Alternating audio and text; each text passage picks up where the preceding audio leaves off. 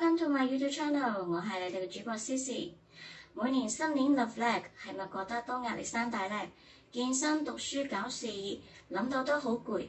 梗喺2026年呢係丙午火埋年，雙火疊加，能量好強，好多人都會焦慮。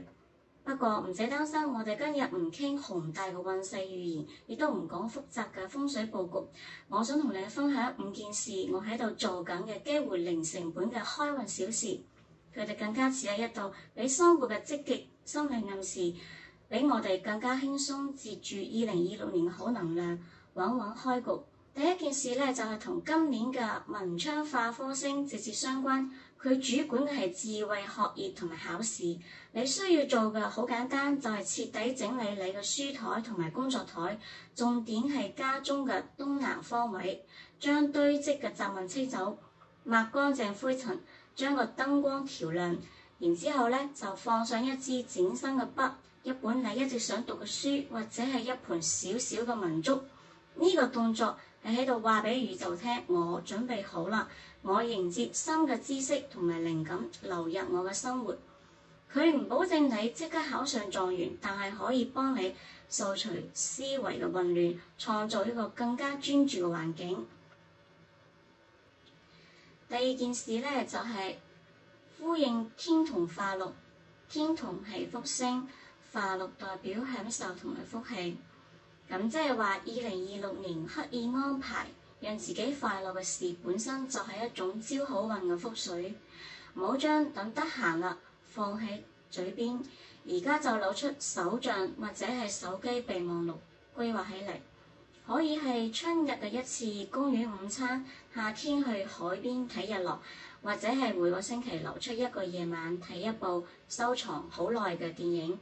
重點係無論使幾多錢，唔管係使幾多錢，而係將取悅自己正式列入你嘅年度計劃。當你主動創造快樂嗰陣，你就會發現生活中嘅小確幸真係會變好多。第三件事呢，可能就俾你忽略咗，但係極其重要，就係俾你嘅手機同埋電腦做一次深度嘅清理。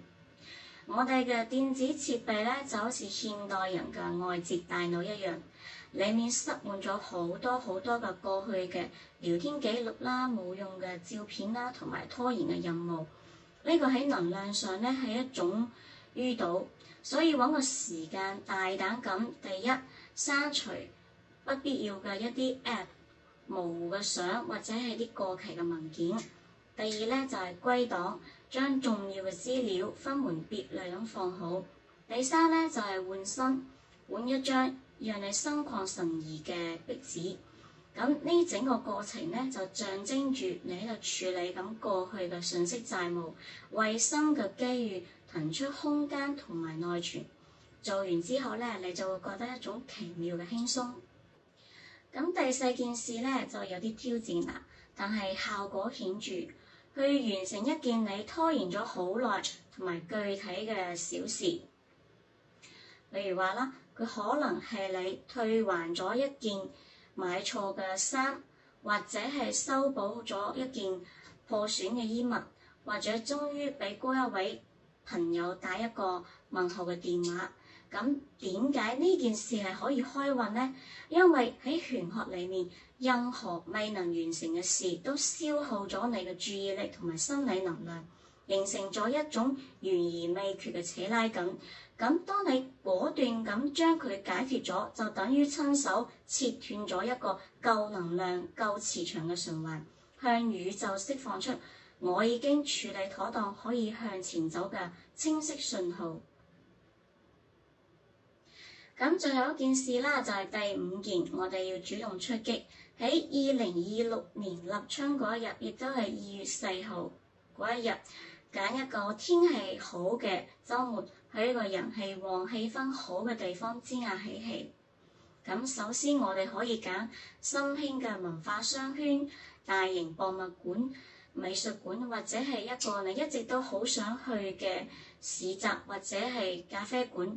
咁點解要去人多嘅地方呢？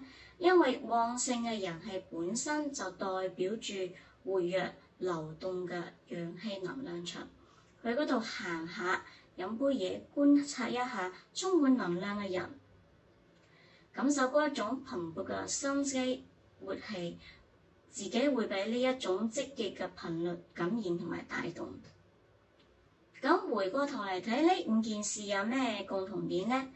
佢哋百分百係你哋自己可以掌握嘅行動，不依賴於他人，不迷信玄虛，從整理書枱到規劃享樂，再到清理數字了結舊事，最後融入旺地，呢個係由內而外逐步為自己建構一個清爽積極、開放個人嘅能量場嘅過程。